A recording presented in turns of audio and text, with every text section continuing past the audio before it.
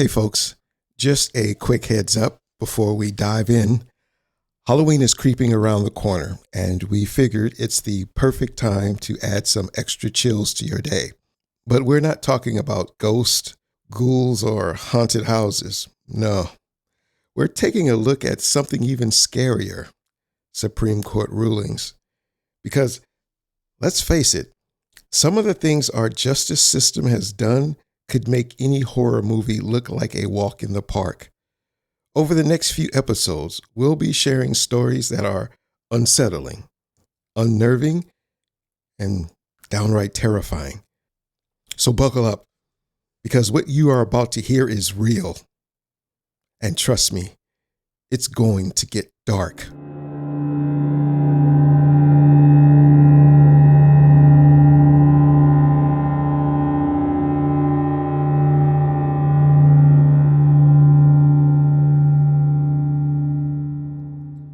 The idea of being the first at something has always driven people.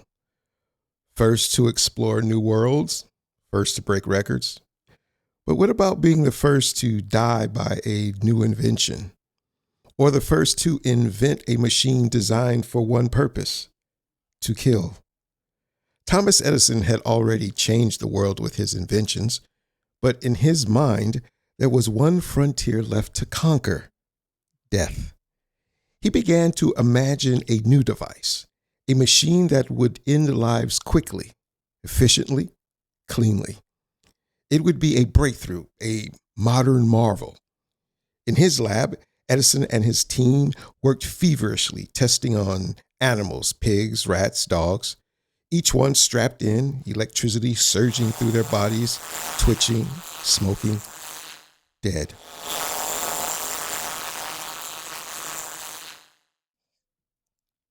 The concept of execution as a form of justice has a long and controversial history. For centuries, courts around the world have wrestled with how and if the state should take a life. In America, the death penalty has been a part of the legal landscape since colonial times.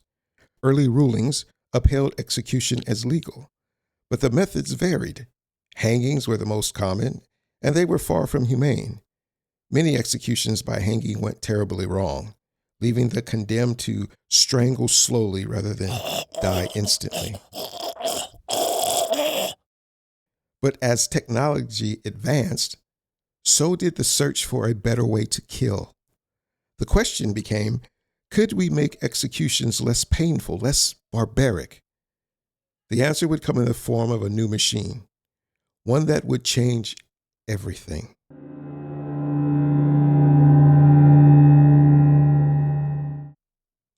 Enter Thomas Edison. The year was 1888, and the state of New York was looking for a new, more humane method of execution. Edison had already made a name for himself with the invention of the electric light bulb, but now electricity would take on a darker role. Was there an ad, a request? How did Edison know the state was looking for a new way to kill? Records show that Edison was eager to experiment with electricity for this purpose. Perhaps he saw it as another challenge, a way to outdo his competitors like George Westinghouse, who had developed an alternating current system.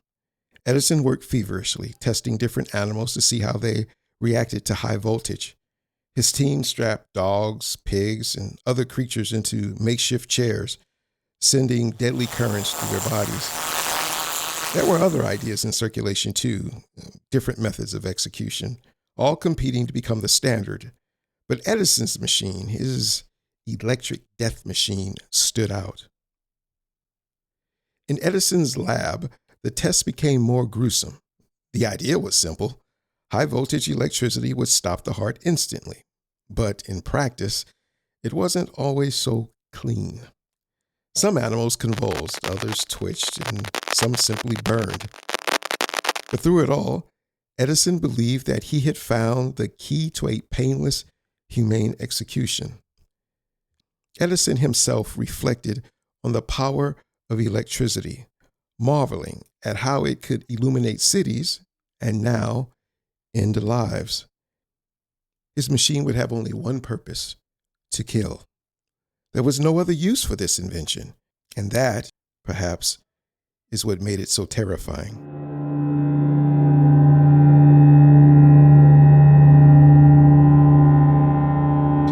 While Edison worked on perfecting his machine, William Kemmler committed a brutal murder.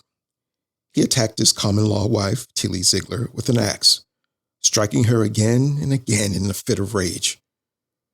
The crime was so violent, so senseless. The prosecutor said in his closing argument, this man had forfeited his right to life.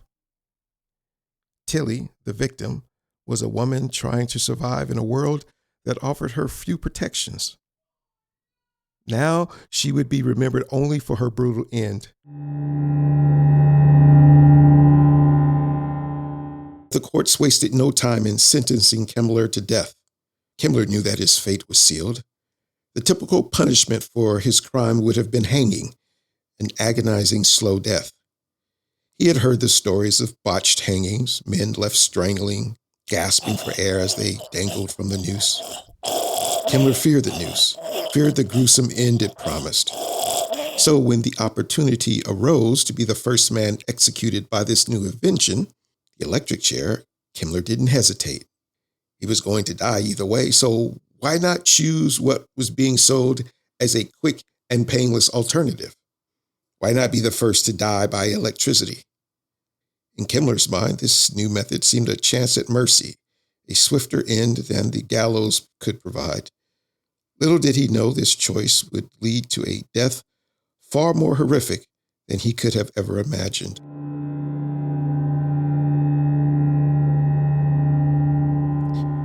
August 6th, 1890. The day had come. Kemmler was strapped into the electric chair, the electrodes placed on his body. The witnesses gathered to see this new form of execution, this supposed humane method. The chair, a product of Thomas Edison's vision, stood in the center of the room, a new invention for a new era of justice. The switch was thrown and Kemmler's body jerked violently. The smell of burning flesh filled the room, and witnesses watched in horror as smoke rose from his skin. But Kemmler wasn't dead. The first jolt had failed. They had to throw the switch again, and only after the second surge of electricity did Kemmler finally die. The next day, the New York Times published an account of the execution. At 6:40 a.m., the current was passed through Kemmler's body for 17 seconds. His face turned bright red, and his chest heaved as if he were gasping for breath. His body stiffened with a violent jolt. His arms clenched tightly to the sides of the chair, but he remained alive. The smell of burning flesh began to fill the chamber, and a doctor stepped forward, listening for a heartbeat. "He's not dead," the doctor said, shaking his head. The witnesses, visibly shaken, stared in disbelief as the command was given to apply the current again. This time, the current was applied for nearly 70 seconds. Kemmler's entire body convulsed, his hands and feet twitching uncontrollably. Smoke rose from his head and limbs, and the smell was so overwhelming that some of the witnesses began to turn away. A faint, crackling sound could be heard as his scalp began to blister and burn. His skin was charred, blackened from the intensity of the electric current, and the room was filled with a grotesque, sizzling sound.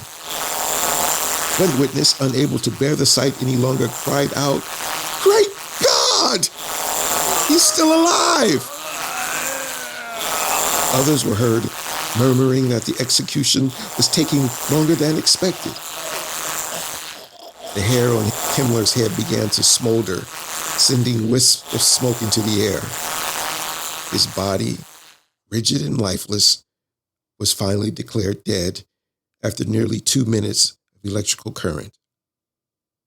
One observer described it as an awful spectacle, far worse than hanging.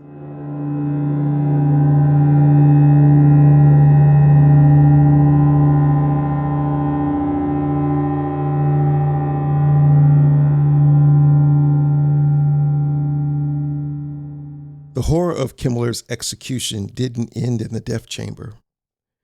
Soon after, the courts were asked to decide, was this method of execution too cruel? The gruesome details reported by witnesses and the press fueled the debate. After all, Kemmler's death was not the quick, painless affair it was meant to be. It was agony. The case quickly moved through the legal system, with Kemmler's defense team arguing that the electric chair violated the Eighth Amendment's prohibition on cruel and unusual punishment. The New York Court of Appeals was the first to reject the argument, but the defense pressed on, bringing the case to the United States Supreme Court. The case, titled In re Kemmler, was a petition asking the court to intervene on Kemmler's behalf, but by this time, the execution had already occurred. And so the question wasn't whether Kemmler would be saved, but whether future condemned prisoners would face the same fate. Chief Justice Melville Fuller, speaking for the majority, ruled that the electric chair did not constitute cruel or unusual punishment. The court acknowledged that while the execution may have been gruesome, it did not violate the Constitution. The electric chair, they said, was a more humane alternative to hanging, despite the botched execution. This ruling paved the way for the electric chair to become the primary method of execution across the United States for decades to come. And with that, thousands of lives would end in the same terrifying way, each one strapped into Edison's creation, sentenced to die by the state's hand. This wasn't the end of the story. Over the next century, the electric chair faced legal challenges time and time again. Each case brought fresh arguments, each one claiming that the chair was too cruel to be constitutional. In 1947, 1990, and again in 2008, the courts were asked to review its use. Yet every time, the answer was the same. The electric chair was constitutional.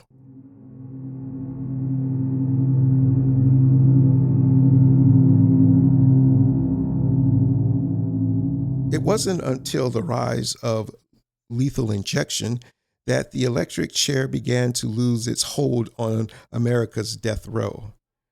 By the early 2000s, most states had replaced the chair with what they believed to be a more humane method of execution.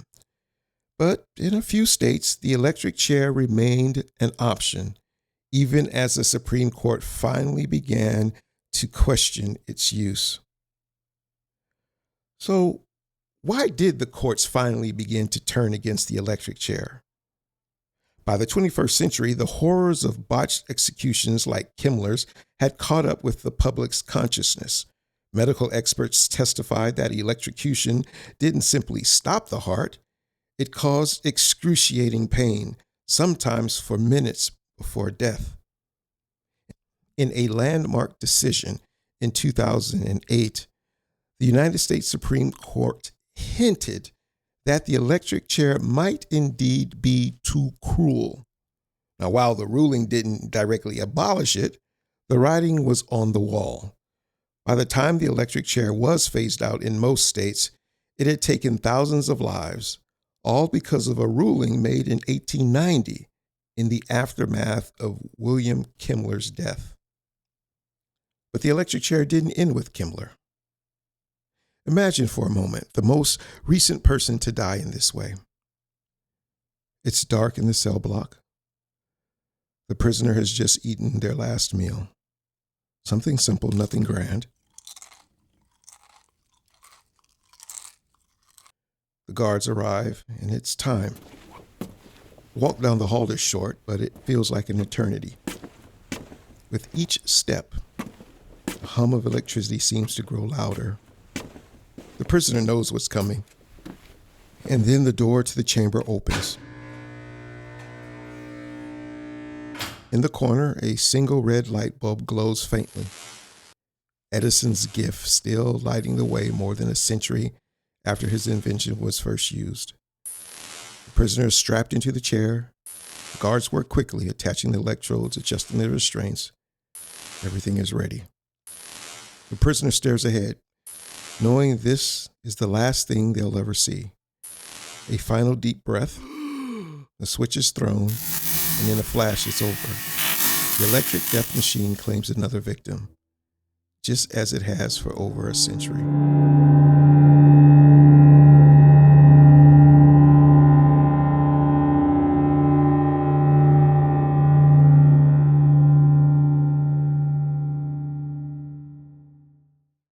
The real horror of the electric chair isn't just how it began, nor even in how long it lasted.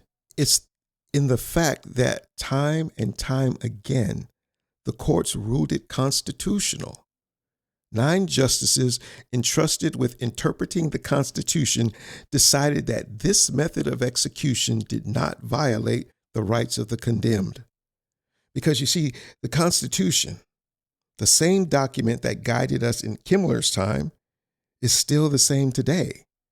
The words, the principles, that glorious piece of paper remains exactly the same as in 1776 when it was written, in 1890 when Kemmler died, and in 2008 when the court finally said no.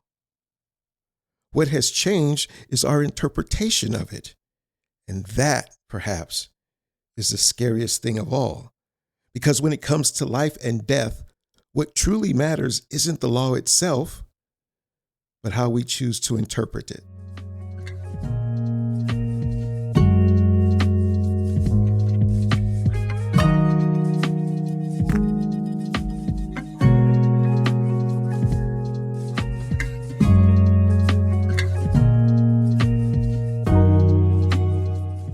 But if you thought this story was terrifying, wait until you hear the next one. What happens when the court gives the government the power to not just to end a life, but to determine who's fit to live in the first place? Next time, we'll dive into Buck v. Bell, where the Supreme Court ruled that forced sterilization of the so-called unfit was not only legal, it was for the greater good. Because as one justice chillingly put it, 3 generations of imbeciles are enough. Join us, if you dare, for a story of eugenics, control, and the terrifying power of the state to determine who should and shouldn't exist. Thank you for your support of Hidden Verdicts. Your encouragement means the world to us as we continue to explore the untold stories behind the cases that shaped our world. By joining the Hidden Verdicts family, you're helping to bring those hidden narratives to light. If you haven't already, please subscribe, share the podcast with others, and leave a review or a comment. It helps more than you know. I'm your host, Jeff, and I look forward to guiding you through more revealing episodes. Thank you for being a part of this journey.